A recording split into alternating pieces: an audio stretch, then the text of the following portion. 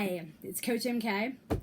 Hi, I've got two cameras going in totally different locations now, so this is going to be even weirder than last time, but we're going to get through it as quickly as possible. So, here's the deal. When I'm talking out one side of my mouth, I'm going to look here. When I'm talking out the other side of my mouth, I'll be over here. Yay, just kidding. So, many of you know it's the final Ask the Coach with Coach MK, and I'm going to try to do something a little bit differently, something I've never done before. I'm going to go the extra mile on Ask the Coach in a way that I haven't before. There's my Twitch. If you go to my Twitch channel, www.twitch.tv/CoachMK, that will be one long, continuous, unbroken stream, and the angle will improve once I'm through with the Facebook side. First, I'm going to do my little talk about, my final lesson. I guess I'll put it that way.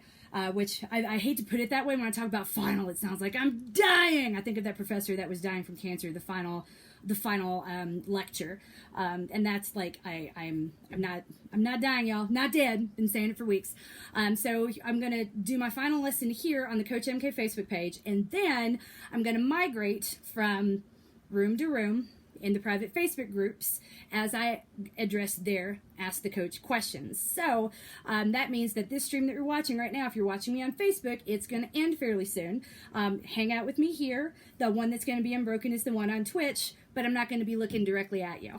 Twitch, you're going to have all my attention going forward, but tonight this is the last time that's truly and thoroughly dedicated to Coach MK. That said, if you have questions in Twitch world, throw them in the chat. I absolutely will address them. If I am in your Facebook group and you are watching when I respond, and you have a follow-up question or comment, put it in Twitch too.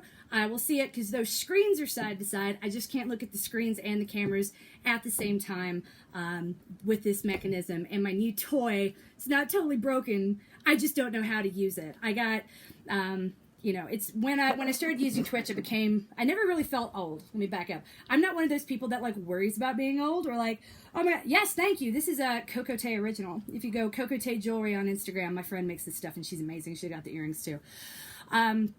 So when I've never been one of those people that worries about being old or feeling old until I started using Twitch and started having issues with Twitch. I got pulled into a Discord chat the other night. I'm proud of myself because I'm probably the oldest person in there and I happen to know what Discord is. So like, yay, I'm cooler than your mom, right? It's cool.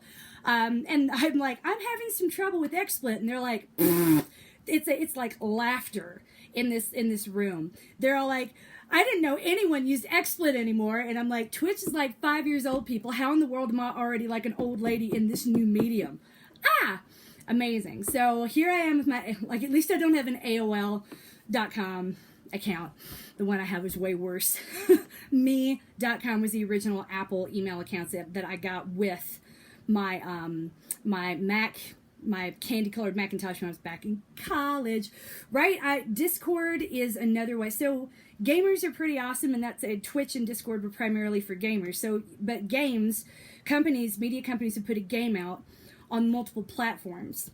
So if you lived in like Portland and your best friend lived in New York City and you both played the same game, unless you played on the same system, you couldn't talk to each other. So Twitch and Discord were two fixes people effectively came up with so they could game together or watch each other play in the same game, even if they still can participate at the same time. Discord is like if you were to think of it, it's kind of like a really streamed down Slack that was intended to show like for chat and short video, and it integrates with any game system. So I can watch you via Twitch and chat with you via Discord on your screen while you play a game, even if I don't have the same system and I'm not in the same geographic location. Something I was told a really long time ago from not a friend, he was a mentor and I really admired him in the investment bank where I was an intern, and he was like, what you want to watch are gamers. Anything that they are doing to make their experience better is technology that will later become the standard. And I don't think I'm allowed to talk much about the deals I worked on during that period, but let's just say that those companies have grown and that advice was prescient. So when I was advised that Twitch was the way forward and I really need to figure out how to use it, I listened, I rolled my eyes a little bit because that was like 2014.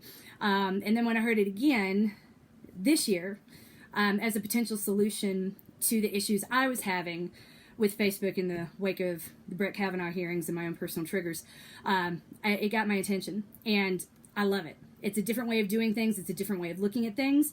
But it's super neat and super cool. So all that just to say, I have not solved all the issues yet with my streaming capabilities, and I'm still old AF, and that's not going to change either. But what is going to change, hopefully tonight, is your attitude towards one very simple thing that we're going to talk about before I go answering all the questions, and it doesn't seem like there are very many right now, and ask the coaches. So we'll start with the lesson. The lesson I want to have is about needs versus boundaries, and I think it's pretty good to start with the definition. And I printed those out downstairs, and I'm completely out of screens. Hold on one second while I go grab them.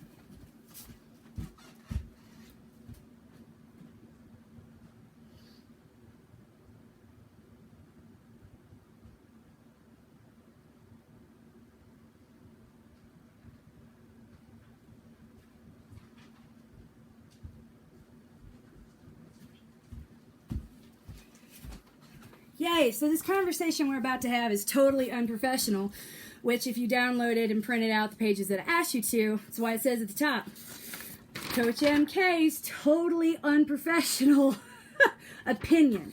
My totally unprofessional opinion, that's important. I'm a run coach, not a life coach, but we're never really talking about the running, right? And I don't want to go get certified to talk about your life, so we're going to leave it unofficial, take what you want, leave the rest. So, I've been wanting to have this conversation for a long time, and I wasn't quite sure how to approach it. This tends to be bigger in my Another Mother Runner clients, where in the beginning I knew for these programs to be successful, because my view of not just running, but life is drastically different than that of most people I know or work with. Doesn't mean it's better, just means it's different. So, and if you're working with me, my rules apply. Yay! And this whole idea of boundaries has been really interesting. I remember one phone call I had with the client. So let me back up again. I knew I would have to be as present and in it as possible if this group program was going to fly. And because it's really scary. It's running more slowly than you want to go at any given moment is the hardest thing a runner will ever do. I say that over and over again, and I believe it, and it's one of the reasons why I was in the Facebook groups like a teenage girl. Like, you got a question? Answered it. I'm scared? No, you're not. It was like playing whack-a-mole with everyone's anxiety, and I'm pretty good at that game, because I got a BlackBerry, y'all. I got keys, and I can type like a tornado can move fast. So I did that, and I answered all the questions all the time. And if somebody had a particularly bad day or an attitude, not that was necessarily ruinous, but could become contagious and poisonous, because that's what happens with feelings. If you aren't validated immediately, that feeling increases along with a little bit of anxiety along with it. So I have a bad run. My run was slow. I didn't have a good day. Does that mean there's something wrong with me and people aren't quite meeting where I'm at, or they're saying things that mean really well and they're really nice, but it doesn't calm me down? Then I am amping further and further up. And I knew that I needed to be on top of that before I walk away from a thread 6 hours later, come back and like 17 people are demanding refunds. And that is how quickly things can spiral.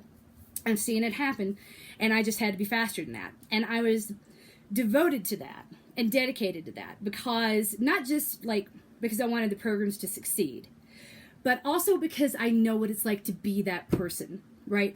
Running was my thing before I was anything else, and it will be my thing when there is nothing left, when my kids are gone, when my career is over, and when my husband is like, I just don't want to see you anymore. The one thing, and I think I'm pushing close to that limit these past 2 days, the one constant that needs to stay is the running. So I've been in that place where all of a sudden this thing that was part of who I am and the only part of my identity that was left didn't work. And I didn't know what to do. And I didn't have anywhere to go. And I would talk to coaches, and they didn't want to talk to me until I got fit again. I'm like, what does that mean? That's what I'm asking you for. How do I do that? What is the process? Give me steps. I will take them. Hire a trainer. What? I don't have that kind of money, and I don't have that kind of time. I got 2 kids that are 13 and a half months apart. I can tell you one thing I won't be doing for a while. But hiring a trainer is not on the list of things I can do. Help me. I've always wanted to have something that was widely accessible, easily understandable, and very, very practical, widely available to anyone that's in the same place that I was when I went through that stage that frankly lasted until about 2016. When I look back at the mess I was, and make no mistake, if anyone is watching this on my Facebook Live, that knew me in my 20s or in college, they can tell you I was a mess. I own it. In the wake of my rape, which I don't know that there's a good way to respond, but when you're not validated, feelings escalate. And I had a whole lot of feelings and a whole lot of escalation. And I thought what I needed to do is pretend those feelings didn't exist. So I made a lot of choices to not feel things. And that didn't work out too well. I managed to fail up. I look back at that and I think how easy it would have been to stop that spiral in any given moment if I had felt seen or heard or validated. And I wanted, if I can do that for some woman in my totally unprofessional way, with my totally unprofessional opinion, through something that should make you feel good, like a hobby like running, then I want to do it. And if I can get paid enough that my family can bear the cost of me doing it, then I want to continue for as long as possible. And it turns out I like it. I went out and made a point of becoming the coach I wanted to hire, and I continue to do that today. When I think, what would I want right now? I go and I put all the pieces together and break it down and put it apart and put it back together again, and then try to take the most relevant part and put it in Canva. So, because that app is just fantastic. If you've seen anything on Instagram, like, I am in there 24/7 now, like, what can I make? Oh, I gotta put that down. That's where these handouts that we're about to talk through all came from. But I remember I would say I had very firm boundaries for myself. I just feel like a lot of people didn't know what they were, because it's always shocking when you're talking to someone like me for the first time. That means what I say. There's no passive aggression. There is straight up aggression when required. Here are the rules. Here's the boundary. Don't do this. Try to climb over that wall and you will get shot, for the most part. I don't want us to go there, so mind the wall. Thanks. And boundaries are only problematic when you have to enforce them, because when it comes to a toxic person or someone that has been conditioned to think like boundaries don't really exist, just keep asking, ask for more, or they take that phrase, ask for more, use it against you and put it in the wrong context, it becomes a disaster. Sometimes it's more work, more effort, and more painful to hold a boundary firm than it is to just let it go. And a lot of toxic people and bullies count on that. And so I'm always surprised, because I was bullied really badly as a child. I'm open about that too. Because I'm so direct, because I'm so straight, because there's never any guessing, because I don't want people to feel ever like they're on tenterhooks with me because of something I have or haven't done. I know that can be confusing because it's so rare. It's rare in my life too, believe it or not. So I remember a particular phone call with a woman that I read a comment from her on the Facebook group, one of the Facebook groups, and I knew she was struggling, and there was something I needed to get at, an answer that I couldn't get to online in a public forum, and I knew we just needed to settle it on the phone. So I replied, as I did for many folks, give me a call, I'm free right now, here's my number, because no one likes phone calls other than me. And to y'all's credit, 3 years of handing out my phone number left and right, no one's been inappropriate with it. So thank you for that, by the way. That was a huge leap of faith and trust on my part, and you guys have really delivered in a huge way, and that is really, really, really terrific. But I loved being able to do that and say, hey, I'm free, call me right now, here you go. And this woman on the phone, one of the first things out of her mouth was, and there were tears, I could hear her like blowing her nose and crying, I was right. She needed more than what was happening in the Facebook group. And the first thing out of her mouth was, you don't have any boundaries. And I'm like, well, actually, yeah, I do. I have big personal boundaries. I have rigid professional boundaries as well. Hey, Lisa. And I'm quite clear about what they are. You guys can call me. At first, it was a free-for-all during office hours. I prefer not to take phone calls at night because I got children. I made the operating principles professionally very, very clear. And if I offered a phone call, it wasn't because I didn't have boundary or didn't have boundaries around my time or was worried about burnout. It's like, I got nothing better to do. You need me. I can do it. Here we go. And I've been thinking about that ever since because I get it. That's a different type of boundary. That's a sense of personal boundaries. And you didn't have to, this person did not have to make that call. She did not have to pick up the phone and call me. She chose to do that. So on one hand, yeah, I kind of get it. Like, that's a tough place to be, right? You want to be heard. You want to be seen. But in order to do that, you might have to cross a boundary or do something that you're not comfortable with. Now, I'm not here to force anyone out of their comfort zones. I think you're absolutely fine where you are. I don't think anyone really needs to change. And so I'm always kind of fascinated when we talk about my goal for next year, my New Year's resolution is to change these 30 things about me and come up with these 20 new habits and all these new rules. And I'm like, why? Why? How? So over time, I've heard a lot about that. I've heard boundaries. I've heard people at the end of their training cycles have said to me, I never used office hours because I didn't think I could. And I'm like, what does that mean? Like, I never posted in the Facebook page because I didn't want to bother Coach MK. And I'm like, so you didn't use a service that you paid for because you thought that by doing so, I might not be your friend anymore? I'm not your friend in the first place. No offense intended. Love you guys, but don't call me at 11 o'clock at night when you need to ride across town if we don't live in the same town, because I'm a really nice person, but I'm hardly not answering. If you're not my mom or my husband or the closest hospital to my mom, yes, that number is programmed in my phone. My parents are older. Then I'm probably not taking that call in the middle of the night. So all that just to say, which is, if you're friends of mine and you're local, you're a different story. But for the most part, I'm not a total pushover and I'm not a doormat, and those rules are firm and finite. I am good at troubleshooting, sourcing things, and finding help. And I like being that person that can be relied on in a pinch, but not at the expense of everyone around me.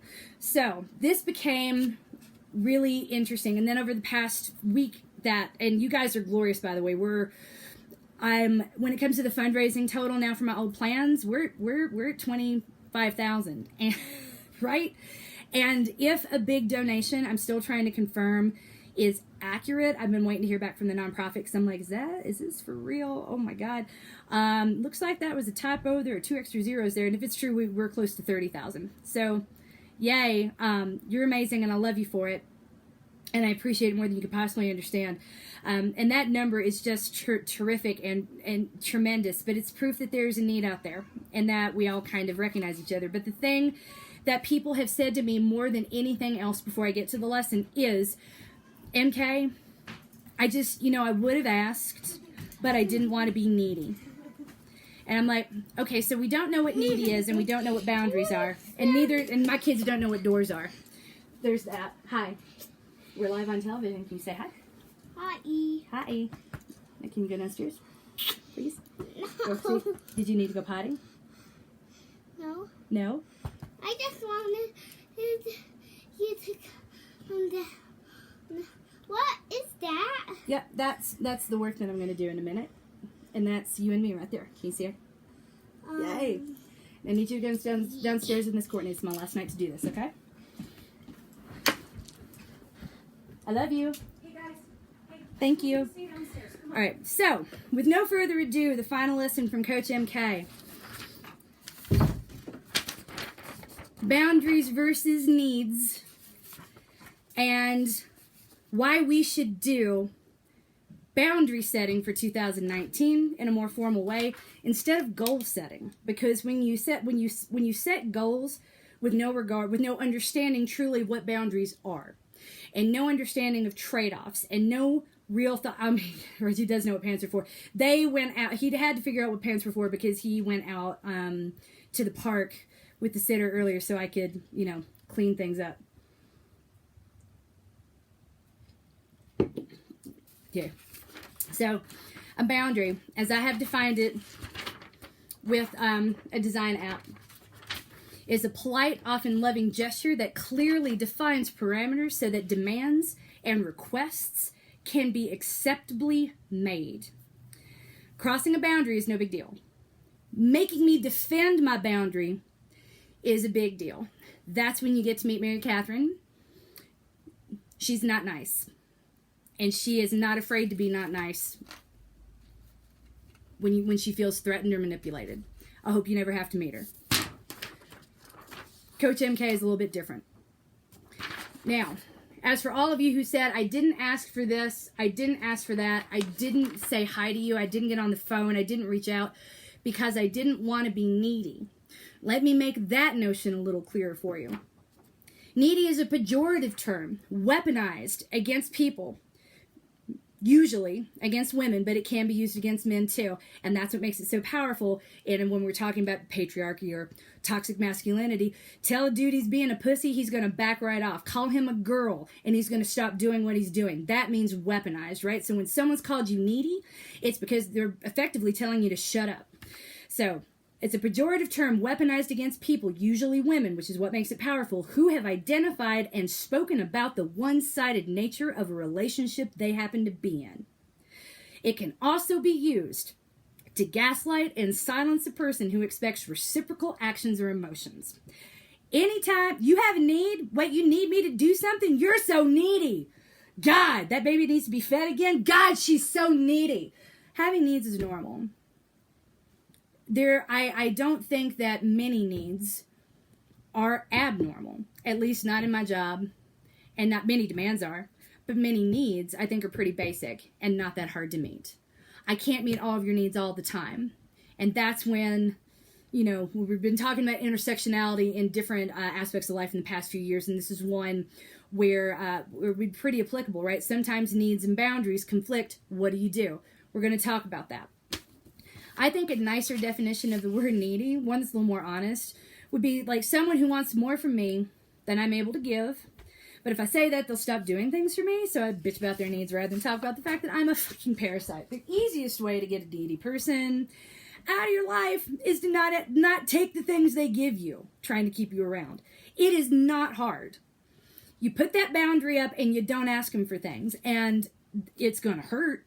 It might make you feel a little bad, but that person that's being real needy towards you is going to go away. Problem solved. Hashtag life lessons. Enjoy them. Yay! So, this is what are we talking about? Once again, oh my God, she's not talking about running. Yeah, I kind of am. Because this is what the next step is, and you can see it here in Twitch, y'all can in Facebook, because this is why I don't like Facebook Live. Everything comes backwards. It's stupid. Here it does here. If there's a way to fix it, remember, I'm old, I just don't know. Y'all should have told me the first time I Facebook Lived and had this problem months ago. Yay, you! Because I Googled it and I couldn't figure it out. So, Coach MK's totally unprofessional opinion. Boundaries first, hopefully. I know we got a whole lot of paper pushers in there, people that like paper products and hate trees and want places to put stickers and write in pretty handwriting that somehow y'all got at that good handwriting get in place that I have yet to visit because my handwriting sucks, you guys. So, we're going to fill this out. Boundaries are contingent upon the relationship that you're in and the place and the thing that we're talking about. For example, maybe you're totally good discussing your sex life with your coworkers, but you probably don't want to hear about your moms, right? Same topic, different context, boundary goes up. I will not do this with my mother. I will not do that. I don't mind doing this with my coworker. Me, this is a personal boundary, and this is one we're going to talk about. So, and when I think about the 3 areas of my life where I have different boundaries, broadly and generally speaking, I have my professional boundaries, and that's going in circle 1. I've got my personal boundaries, and that goes in circle 2. And then number 3, we're going to save that and come back to it. So we're going to talk here about the difference. So when that phone call I just told you about where the person said to me through tears, you don't have any boundaries, I assume she was talking to her about her boundaries. Right? You don't ever know what a person's personal boundaries are until you've rubbed up against them unless they've told you or had the opportunity to tell you. Because that boundary is setting you up for a no. Don't come over here feels threatening and a little embarrassing, so you want to back away from the person, which is why we don't talk about boundaries very often until that minute when they're about to be crossed And I can tell you from personal experience, you can go from comfortable to real uncomfortable with a no on a dime, and no means no only works if you can enforce it safely. And I'm a tiny, y'all seen photos of me. I'm little, I'm short. There's very little I can enforce with anything other than my mouth. Yay! I can scare people away. I can really turn them off. I can get them to run. And that is about the only way I can control the situation, because I'm little. Not to say that everyone can or should. It's just the only tool I have at my disposal, and I'm not afraid to use it most of the time. So, when it comes to professional boundaries, those are pretty clear.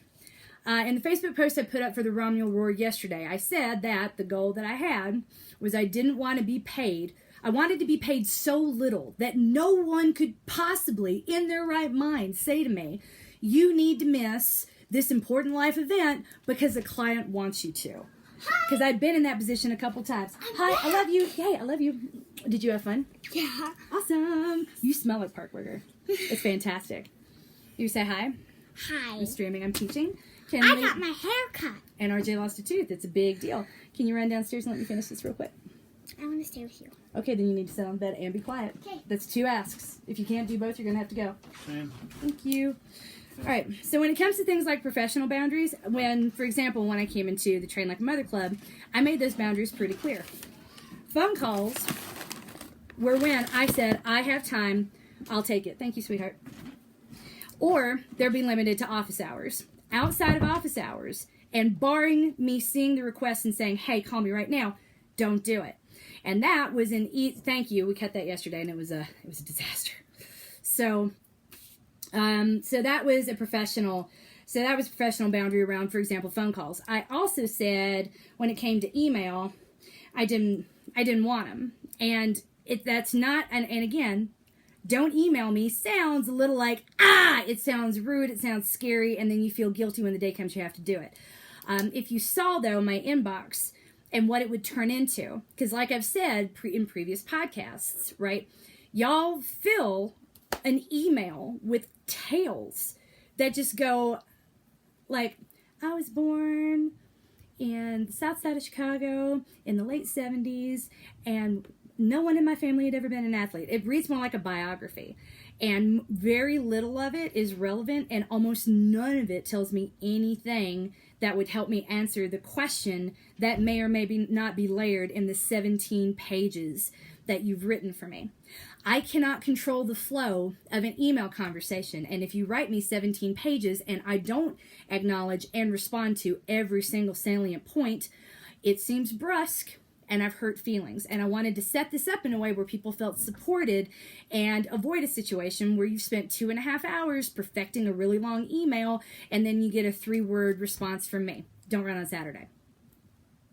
You know, because sometimes the question is that simple. And so the easiest way was for me to, and then I would be answering email all the time. I would never be in Facebook. I would never do this. I would never create new content, and I wouldn't get to coach or teach. So seeing as that is like, you've either paid me to answer emails all the time, which means that we would have to cap how many people could be in these programs, or you're paying me during very specified hours to fill certain functions. So I thought we had a really good system laid out then. I stand by that now. And you know, there were the only times that it got weird when I had to defend those boundaries was when when people demanded them. And this is the problem with boundaries and something to think about.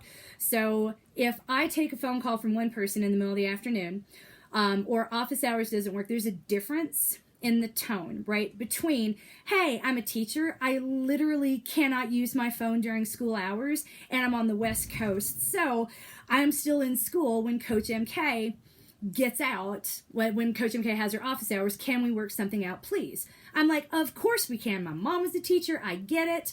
There are other spaces. I will do it. What's different, and this is where the demand kicks in, and is, I paid for this program just like a bunch of other people. These hours don't work for me. You will figure it out. Asking for more, demanding more, like, at what you paid, really? You need me to. And I think my favorite was the time someone demanded that I get on the phone with them at 6 in the morning because that's the only time that worked for them. And they were on the East Coast. So for me, that was 4 in the morning. And I'm like, No. No. And that was the problem. It's not fair. You serve everyone but me. I'm like, why did you buy into this program or any other without discussing with anyone first that the only time you could possibly take calls is at 4 a.m. my time? I would have been like, this is not the right program for you. There's a boundary there for a really good reason, right? And it's not like I allow everyone to, it's like I will cater to everyone but you. I would probably say no to anybody that really wanted to have a conversation about their running at 4 a.m. that is not in Tokyo, like getting ready for the Olympics. And last I checked, y'all ain't. Love you, but you ain't. Like, there has to be another 10-minute gap in the day where we can talk on the phone. One that works for me, too. Because anyone that has asked me nicely, I've worked with them. Anyone that's come at me and demanded, I'm like, nope. Nope. Boundary is there. And you have not paid enough into this program or into me to have me be really, really worried about you leaving. And that is how I wanted it. So that's a professional boundary, because I've had jobs before where clients paid so much and was so valuable to the firm, it was like, you can't say no. You can't say no. Anything the client wants, you deliver. And I don't ever want to be there again. So when it comes to professional boundaries, they can be easy to set or really hard to set, but it's worth thinking about. Because if you work in an industry where you have no control over your schedule, and you get paid a lot of money, and your clients pay the firm a whole lot of money, and you feel like you can't say no, then you have fewer personal boundaries than most of us, which is going to impede on your personal life and all the stuff we're going to put in the third circle. Okay? So that's professional. Professional boundaries, they are what they are, and you really need to think about what yours are. And when you're looking back at 2018, maybe you're a really terrific employee, but you weren't the mom you wanted to be, or you weren't the runner that you wanted to be. And that's okay, because whatever you worked like a boss, you got things done. You probably got a promotion. Hopefully you were compensated for those trade-offs. But if you weren't, and it wasn't worth it, then instead of saying, I need more willpower, or I need different goals, or I need, what you need are some more professional boundaries. Because if all that time you're putting in it wasn't worth it, we need new boundaries or a new job that's going to allow you to set different boundaries. It's worth thinking about. Moving on to the next one, because I'm not a life coach. I'm a run coach, not a life coach. This is my unprofessional opinion, because all of this will become really clear when we get to the third box. When it comes to the personal boundaries, I don't really care, again, what they are. They're different from person to person. Some people, so when you're in the Olympics, you'll call at 4 a.m. When you're in the Olympics, I will take that call. OMG, it's going to be so great.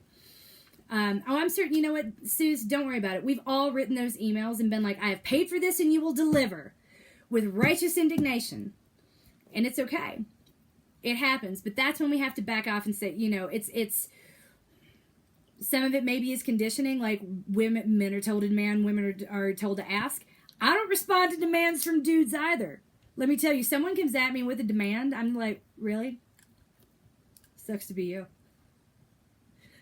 Next! Because that's when I really, if you come at me with demands, I will spiral out of control very quickly. I will demonstrate physically and tangibly how little control you have over that situation and this encounter, so that you never talk to me again. And I have fun with that. You should watch. We need to do a whole Twitch stream on me dealing with robocallers or me dealing with solicitations when I'm supposed to be on all the do not call lists. Well, everyone's so fascinated with themselves because we set goals and we care. There's nothing wrong with caring. There's something wrong with not recognizing the root cause of the anxiety that makes you demand to speak to somebody at 4 a.m. their time. Or the chain of events that led you to realizing at the last minute that you had a question that needed to be cleared up before your 6 a.m. run the next day. Right? That is literally not my problem. Oh, the 17-page long part. Again, everyone does it. Everyone does it. And I don't mean to denigrate anyone in any way. It's just like what I kind of want to know is like, how much effort are you putting out to do your running at the moment? Like that heart rate, it matters, right? The intensity factor matters. Do you enjoy it? Like the things I need to know, no one tells me. Those 17 pages will not have any data in there that I can use to answer the question at hand. And no one knows it. They just keep throwing more data points at me. And I'm like, mm-mm. And the sky is blue where I live. And when I flush the toilet, it swirls to the left because I'm in Australia. Did you know the toilet did that? Yes, I did. It's amazing. I've been there. Because I used to live in that hemisphere. But whatever. So when it comes to your personal boundaries, they are what they are. And maybe it is, I never miss a recital. Back to the sheet. I don't really know. I mean, I don't really care. Maybe that's it. That is a non-starter for you. I will not take a job or a phone call or attend an event with a buddy. I don't care how important it is to you. If it means that I miss a kid's recital, that's a boundary. We often talk about goals and priorities, but I think your priorities are perfectly in order. I don't think they need to change. And let's talk about your boundaries, because you'll see that implicitly that's where your priorities are and they're fine. And then we can talk about goals for something like running. So let's say you're in a high-paying job with low professional boundaries because you have no control over what your clients are going to demand. What things that really, really matter to you is that you never miss a recital. Maybe it's that you always make dinner. There, you know that bullshit and it's bullshit. I'm sorry, bullshit that started coming out a few years ago about how like the family that dines together stays together and the kids are healthier and thinner and prettier and the moms are happier and have more sex and everybody lives longer and it's just amazing and it all starts with dinner at a table that someone made by their hands. The study that came out of that, again, I'm a little girl from Smith County, Tennessee, that has never turned on a Bunsen burner. And if I can rip your logic to shreds, your scientific analysis is totally fucked. Congratulations. And I got really, really up in arms about that article because if that's what you want to do, cool. But that thing you really want to do is important doesn't work for every family. So that doesn't mean if you can't do this one thing that is really important to one person who has the authority to write an article and be listened to, that there is something wrong with you. There's not. Very few of us have the time, energy, ability, capability, or even a dining room table. I don't have one. A place for all of us to sit together. We physically don't have it. We're good. I think we're fine. Yay! Right? Gosh, but if that's what you want to do, I'm not making fun of you. It's not what we do. And I'm not convinced that we're flawed. But if that's what you do, and that's a boundary, like I will be home for dinner every night to cook it at 5:30. I will pick my children up from school every day. I don't really care. It's whatever that thing is, but you got to acknowledge it. Maybe you can't do. Yeah, that's why I got rid of my dining table, because we had so much crap on there that we never ate there. It was like bag storage. How about I carry the cheap bag and hang it on the wall? Yay for nails. They look terrible. But I don't really care. Because it's practical, and clearly, the only thing I need to be pretty is my joy. So whatever, I don't care what your boundaries are. They're fine. Your priorities are fine. Again, I think I miss boundaries because time is a zero-sum game, and we literally can't do everything we don't need to try. Currently sorting laundry on it, perfect. I don't do that either. I outsource all of that, but that is a separate story. So maybe it's maybe your personal boundaries, and I think 3 are a good number if you're filling out this sheet.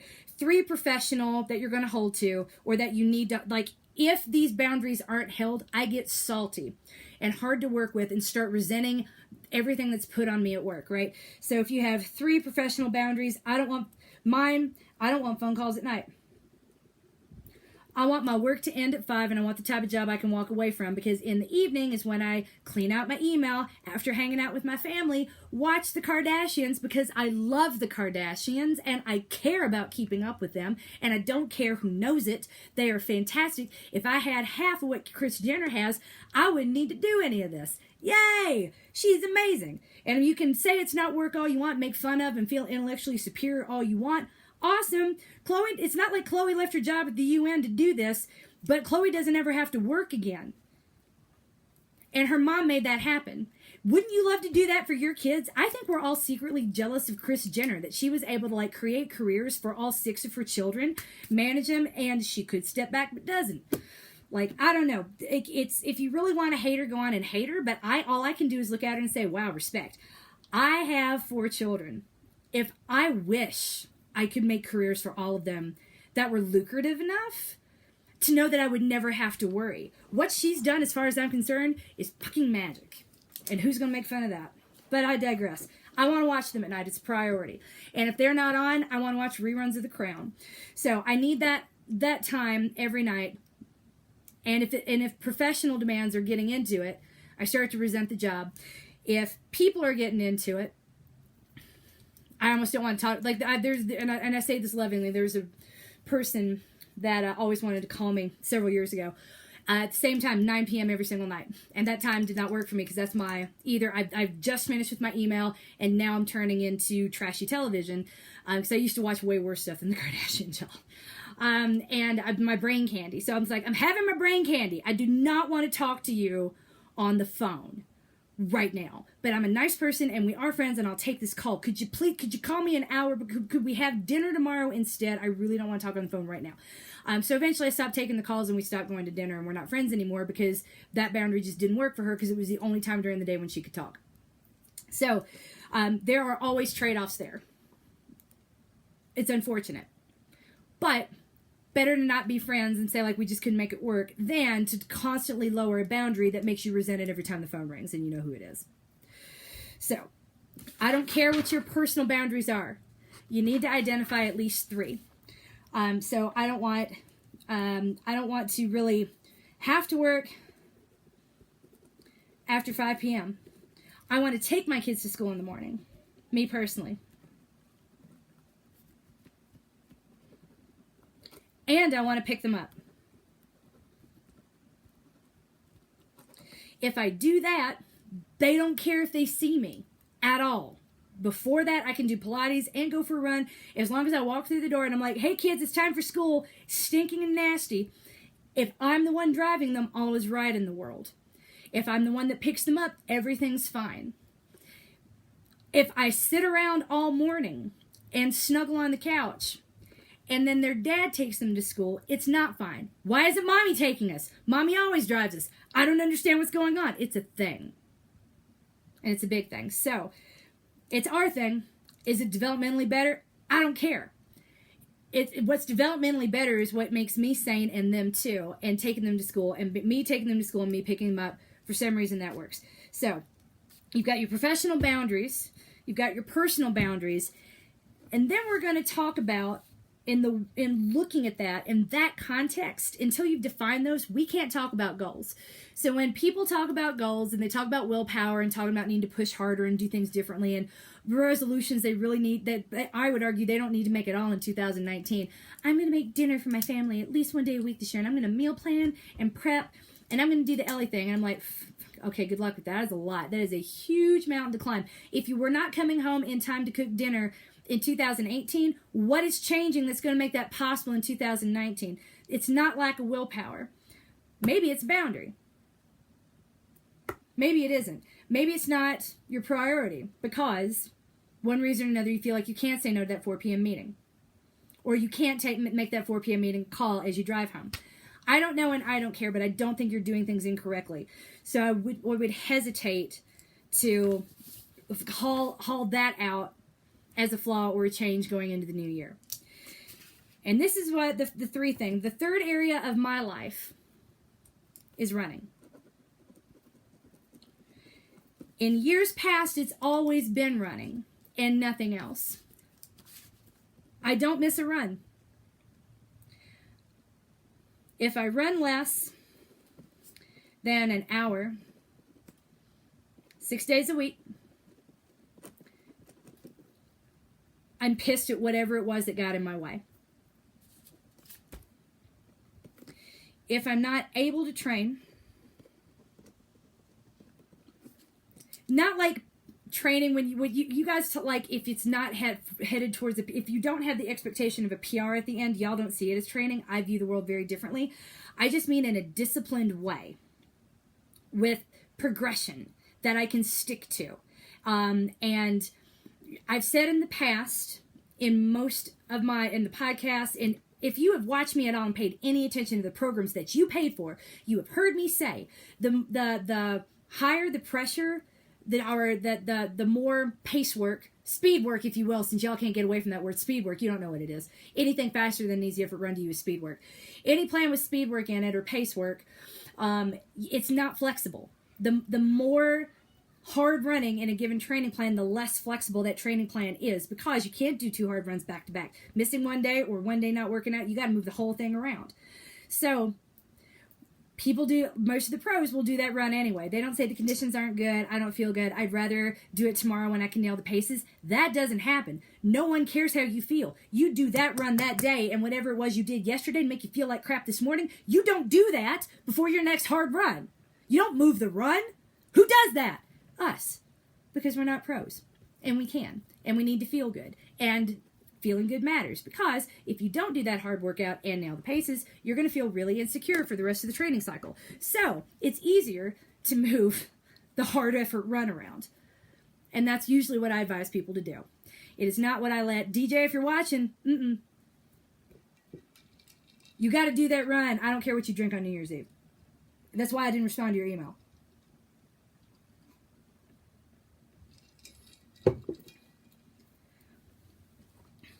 All right, so the making dinner is a priority, but the lack of professional boundaries make it hard to fulfill personal satisfaction.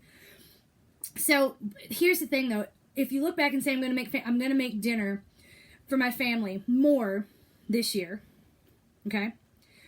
But you don't have the personal boundaries that would allow that to happen, then you're going to finish the year feeling like a failure.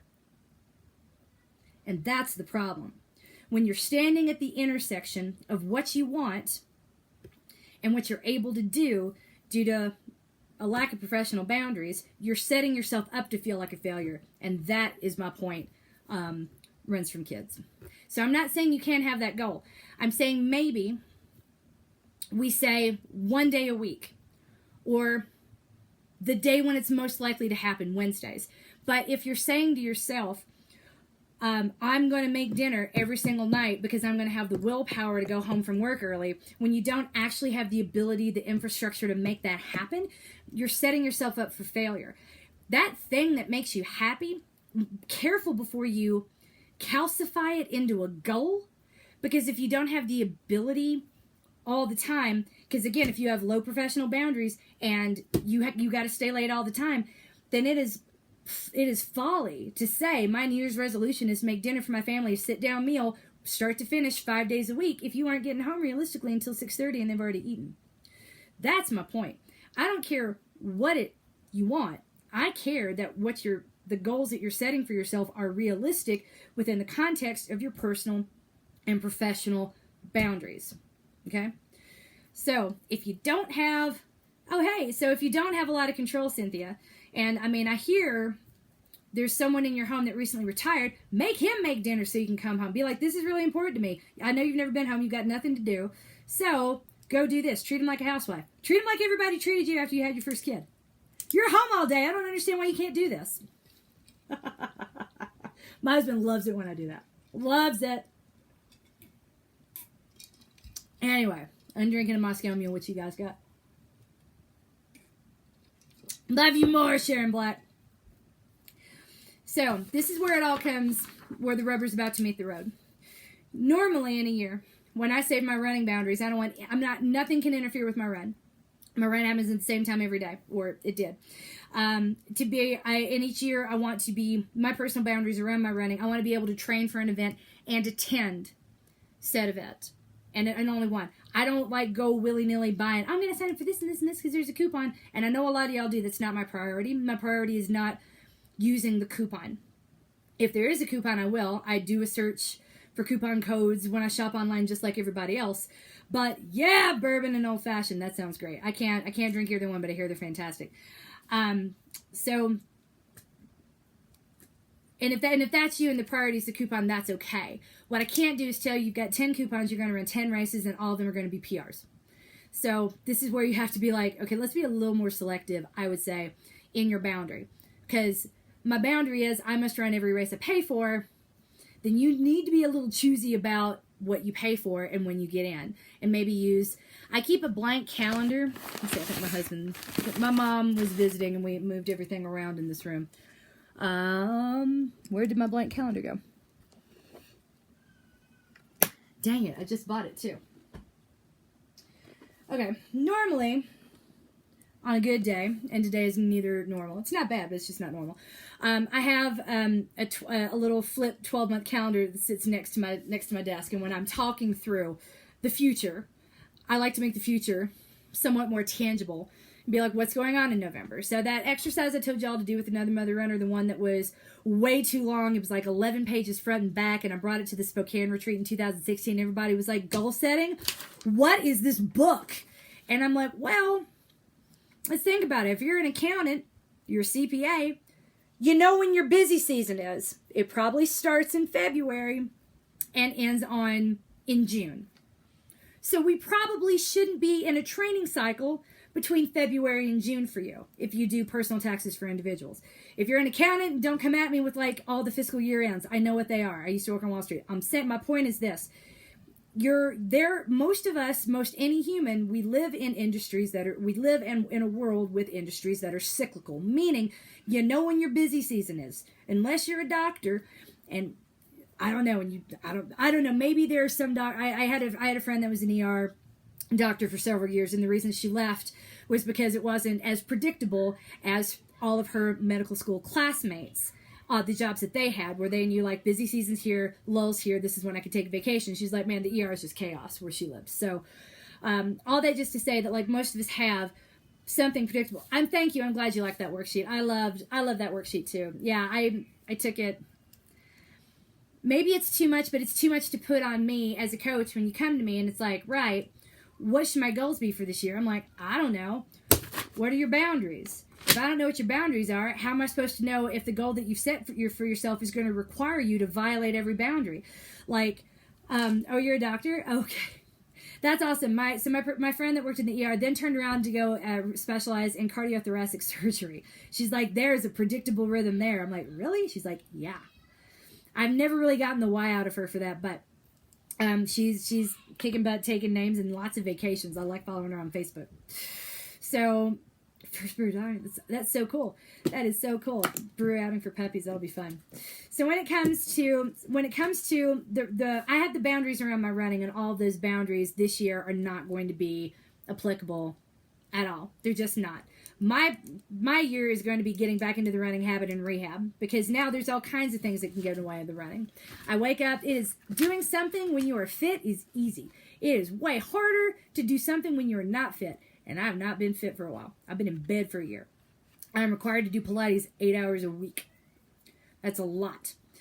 When you think about, add up all the time you spend just running, I have to add that in. I have to double it, basically. So just to keep my spine from collapsing and to prolong the inevitable, which is total disintegration, I'm going to have to do all this strengthening for the muscles around the spine, because the bone there can't do the job it was designed to do as well as it used to anymore.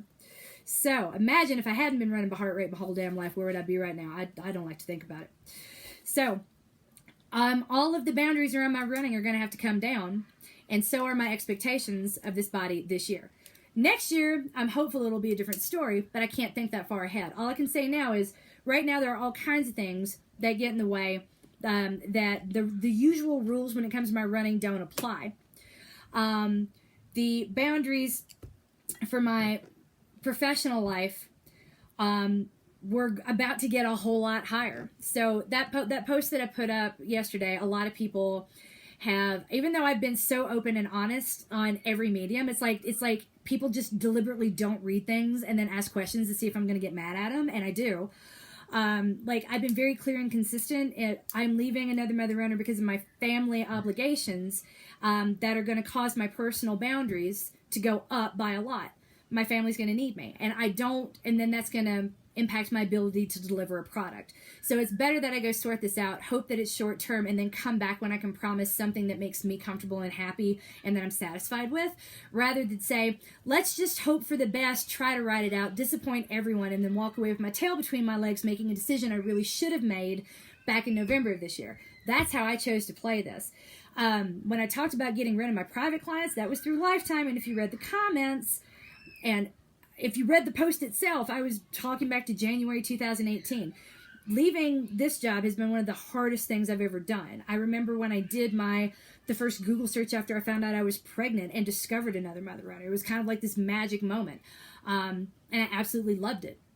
And I've loved being part of the community, even though I didn't listen to podcasts. I still had never listened to a podcast when I met Dimity the first day. I just didn't know how. And I didn't ever have a time or place to do it because I don't commute. But I digress. Yeah, this is hard. This is really, really hard.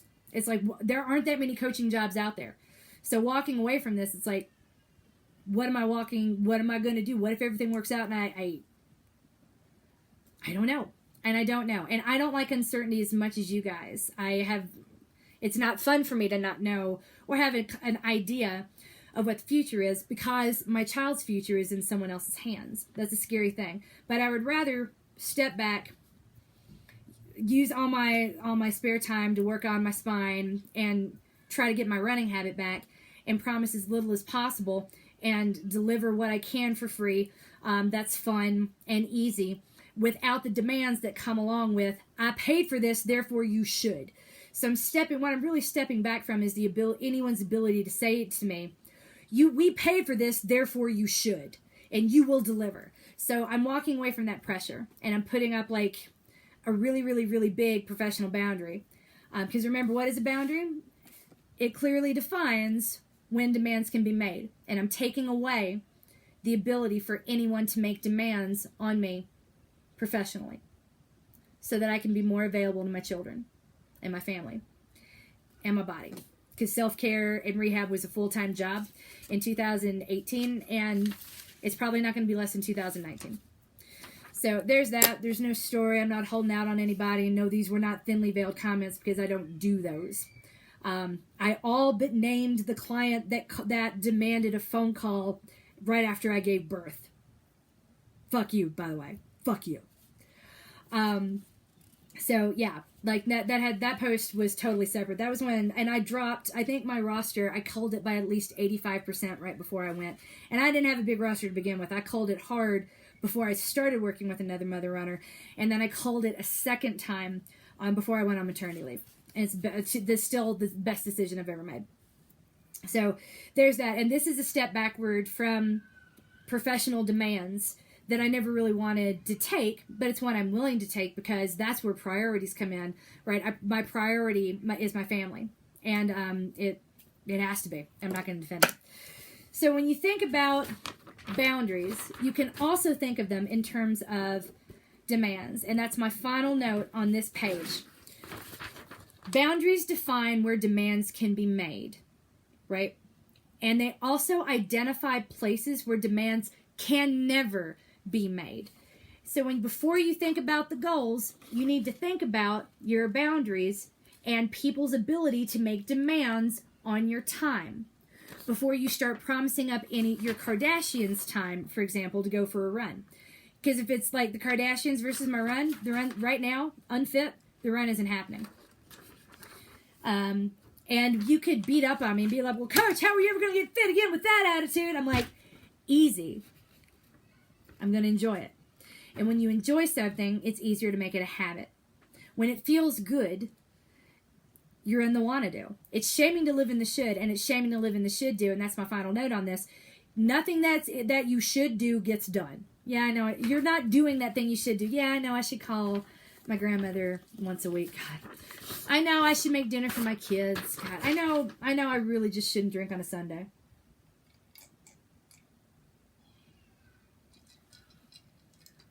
Whatever. It's shaming to live in the should. Don't do that shit. And don't set yourself up for that shit by making a whole bunch of resolutions and setting a whole bunch of goals, which is why I didn't call this the goal setting session. We're not setting goals here. We're setting boundaries. And after you set all the boundaries, you will fall in. The goals will fall out of that.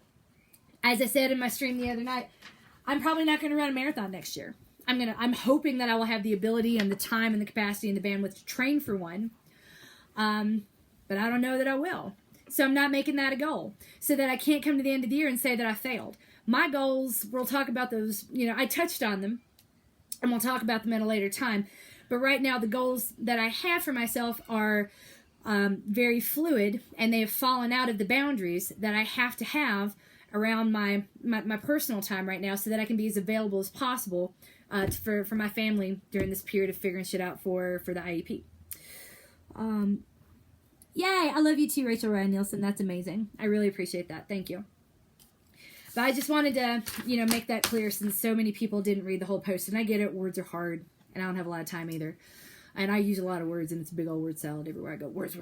But you're here for a reason. So, I hopefully, if you read the whole post and, with both eyes, no offense to those that are visually impaired, just like my mom used to say, hear with both ears, right? Like, hear with both ears, listen and really tune in.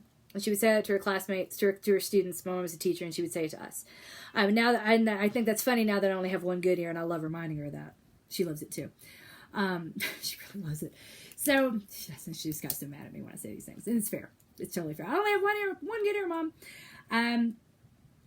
But when you read with both eyes, I guess to continue that sort of thought, when you read with both eyes, you can see I was very clear about what I was referring to in that post. And if you've been watching any of this, can you send me a thing you already sent? Send that information. Oh, fuck that! You busted that. Fuck no. I hope you ignored that. I hope you just deleted that email. Oh my god. So, here we go. Low network connection. I don't know what that means. All right, I'm getting a warning. It's the final thing in our boundary setting session, and that's how I'm going to think about this. Before we talk about goals, we got to talk about boundaries. This is y'all make goals, and I've seen this, and I love you. You're overachievers. You want things for yourselves, and I get that. It's not like I want everything, or I'm a loser that wants nothing and has no goals. There is a spectrum, and you can be somewhere in there, right? It's what do you really want to do? What do you really want to do, and what really matters? Like, trying to keep things in perspective is really important. So that's why when you pull out my super totally unprofessional time budget calculator, realistically, what kind of time do you have? So when I start here, and I know this looks out of order. So I start here, number one, with the budget section, because realistically, I'm up every day at 5:45. And then I start cleaning out all the email I got overnight. So, I'm up, out of my bed, roughly, between 6 and 6:30. My husband's been home for a couple of weeks, so later than that. I take the extra time with him when I can get it. So realistically, on a day when he's gone, a normal Monday when he's on the road, I'm up and out of bed by 6. And Pilates at 7. Kids to school.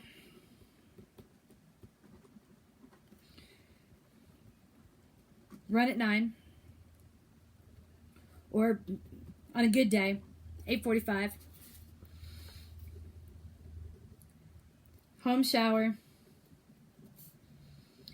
Email. That has me done at almost 10:30. By the time I've gone through my email, between 10:30 and 11. Okay, I only have the sitter until 1 in the afternoon. So my window to do things that I can't bring the baby to, it's from 11 to 2, 3 days a week. That's 6 hours. And let me tell you, if Instacart doesn't have any people delivering that day, if I have to go see Alex Lanton, if I have to see a physical therapist, if I have to, there are any number of things can eat into those 6 hours a week. So the way I look at them, I can't promise those 6 hours away. Those are the 6 hours I need to do stuff. To take the phone calls with the attorneys for these strategy sessions we have to have going forward. To take phone calls with the therapist to make sure we have all the paperwork in order before we start the meetings. To make sure You name it, and those hours, or those 6 hours a week, are gone before I know what happened. So that falls outside of the budget. Then, because anything after 1 o'clock, I've got to be able. You're not going to have my full attention because my youngest is not yet in daycare or preschool. So that means I'm on baby duty, and sometimes she naps, sometimes she doesn't. It's very unpredictable. But if I'm promising you something, you are literally at the whim of an 11-month-old. So the time block then from 1 until 3:30 when I have to go get in the pickup line for my oldest, that's it. Maybe I have it, maybe I don't, and that's 5 days a week. Okay. So then, after all the kids are home, like, in bed, and then I stream every night at 7 p.m. And sometimes I get the kids down first, but most of the time all the kids are up and running all around me, and that's okay too.